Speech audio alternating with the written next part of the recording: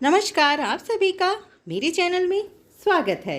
हारे का सहारा खाटू श्याम बाबा हमारा। जय हो खाटू श्याम बाबा की। आज मैं अपने इस चैनल में खाटू श्याम बाबा की पौराणिक कथा लेकर आई हूँ, तो वीडियो को आप अंत तक अवश्य देखिएगा।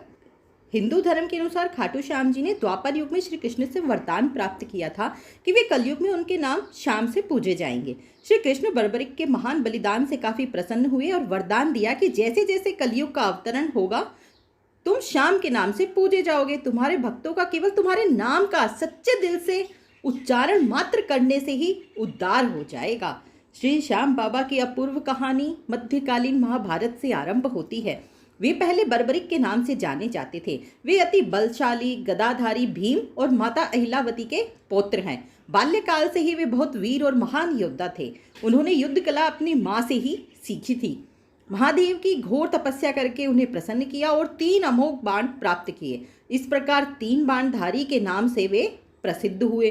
दुर्गा ने प्रसन्न होकर उन्हें धनुष प्रदान किया, जो उन्हें तीनों लोकों में विजयी बनाने में समर्थ था। महाभारत का युद्ध कौरवों और पांडवों के मध्य अपरिहार्य हो गया था। यह समाचार बर्बरिक को प्राप्त हुआ तो उनके भी युद्ध में सम्मिलित होने की इच्छा जागृत हुई। जब वे अपनी मां से आशीर्वाद प्राप्त करने पहुंचे तब मां को हारे हुए पक्ष का साथ देने का वचन दिया। वे अपने नीले रंग के घोड़े पर सवार होकर 3 बाण और धनुष के साथ कुरुक्षेत्र की रणभूमि की ओर चल पड़े। सर्वव्यापी श्री कृष्ण ने ब्राह्मण वेश धारण कर बर्बरिक का भेद जानने के लिए उन्हें रोका और उनकी बातों को सुनकर उनकी हंसी उड़ाई कि वह मात्र 3 बाण से युद्ध में सम्मिलित होने आए हैं।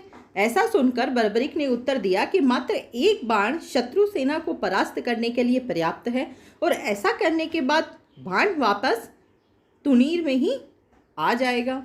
यदि तीनों बाणों को प्रयोग में लिया गया तो पूरे ब्रह्मांड का विनाश हो जाएगा। यह जानकर भगवान कृष्ण ने उन्हें चुनौती दी कि इस वृक्ष के सभी पत्तों को भेद कर दिखलाओ।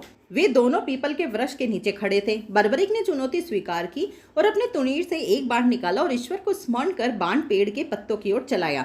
बाण ने क्षण भर में पेड़ के सभी पत्तों को भेद दिया और श्री कृष्ण के पैर के इर्द गिर्द चक्कर लगाने लगा, क्योंकि एक पत्ता उन्होंने अपने पैर के नीचे छुपा लिया था। बर्बरिक ने कहा कि आप अपने पैर को हटा लीजिए, अन्यथा ये बाण आपके पैर को भी भेद देगा। तत्पश्चात श्री कृष्ण ने बालक बर्बरिक से पूछा कि वह युद्ध में किस ओर से सम्मिलित होगा। बर्बरिक ने अपनी मां को दिए वचन को दोहराया और कहा, युद्ध में जो पक्ष निर्बल और हार रहा होगा उसी को अपना साथ देगा। श्री कृष्ण जानते थे कि युद्ध में हार तो कौरवों की निश्चित है और इस कारण अगर बर्बरिक ने उनका साथ दिया तो परिणाम गलत पक्ष में चला जाएगा। अतः ब्राह्मण रूपी श्री कृष्ण ने वीर बर्बरिक से दान की अभिलाषा व्यक्त की। बर्बरिक ने उन्हें वचन दिया और दान मांगने को कहा। ब्राह्मण ने उनसे शीश का दान मांगा। वीर बर्बरिक क्षण भर के लिए अचंभित हुए परंतु अपने वचन पर अडिग रहे। वीर बर्बरिक बोले, एक साधारण ब्राह्मण इस तरह का दान नहीं मांग सकता। अतः ब्राह्मण से अपने वास्तविक रूप से अवगत कराने की प्रार्थना की। ब्राह्मण रूपी श्री कृष्ण अपने वास्तविक रूप में आ गए। श्री कृष्ण ने बर्बरिक को शीश दान मांगने का कारण समझाया कि युद्ध आरंभ होने से पूर्व युद्ध भूमि पूजन के लिए तीनों लोकों में सर्वश्रेष्ठ क्षत्रिय के शीश की आहुति देनी होती है, इसलिए ऐसा करने के लिए वे विवश थे।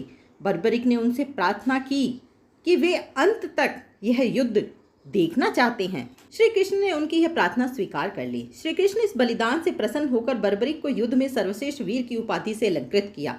उनके शीश को युद्ध भूमि के समीप ही एक पहाड़ी पर सुशोभित किया गया, जहां से बर्बरिक संपूर्ण युद्ध का जायजा ले सकते थे। फाल्गुन माह की द्वादशी को उन्होंने अपने शीश का दान दिया था, इस कारण वे शीश के दानी कहलाए। महाभारत युद्ध की समाप्ति पर पांडवों में ही आपसी विवाद होने लगा कि युद्ध में विजय का श्रेय किसको जाता है। श्री कृष्ण ने उनसे कहा, बर्बरिक का शीश संपूर्ण युद्ध का साक्षी है, अतः उनसे बेहतर निर्णायक भला कौन हो सकता है। सभी इस बात से सहमत हो गए और पहाड़ी की ओर चल पड़े। वहां पहुंचकर बर्बरिक के शीश ने उत्तर दिया कि श्री कृष्ण ही युद्ध में विजय प्राप्त कराने में सबसे महान पात्र हैं। उनकी शिक्षा उपस्थिति युद्ध नीति ही निर्णायक थी। उन्हें युद्ध भूमि में सिर्फ उनका सुदर्शन चक्र घूमता हुआ दिखाई दे रहा था, जो शत्रु सेना को काट रहा था। महाकाली कृष्ण के आदेश पर शत्रु सेना के रक्त से भरे प्यालों का सेवन कर रही थी। श्री कृष्ण वीर बर्बरिक के महान बलिदान से काफी प्रसन्न हुए और वरदान दिया कि कलयुग में तुम श्याम नाम से जाने जाओगे, क्योंकि उस युग में हारे हुए का साथ देने वाला ही श्याम नाम धारण करने में समर्थ है। उनका शीश खाटू नगर वर्तमान राजस्थान राज्य के सीकर जिले में दफनाया गया, इसलिए उन्हें खाटू श्याम बाबा कहा जाता है। एक गाय उस स्थान पर आकर रोज अपने स्तनों से दुग्ध की धारा स्वतः ही बहा रही थी। बाद में खुदाई के बाद वह शीश प्रकट हुआ। इसे कुछ दिनों के लिए एक ब्राह्मण को सुपुर्द कर दिया गया। एक बार खाटू नगर के राजा को स्वप्न में मंदिर निर्माण के लिए और वह शीश मंदिर में सुशोभित करने के लिए प्रेरित किया गया। तदंतर उस स्थान पर मंदिर का निर्माण किया गया और कार्तिक माह की एकादशी को शीश मंदिर में सुशोभित किया गया, जिसके रूप में मनाया जाता है।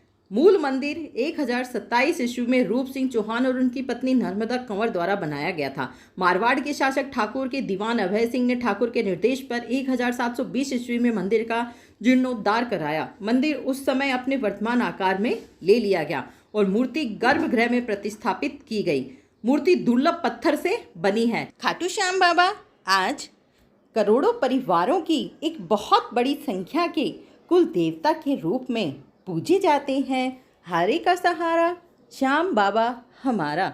जय हो खाटू श्याम महाराज की।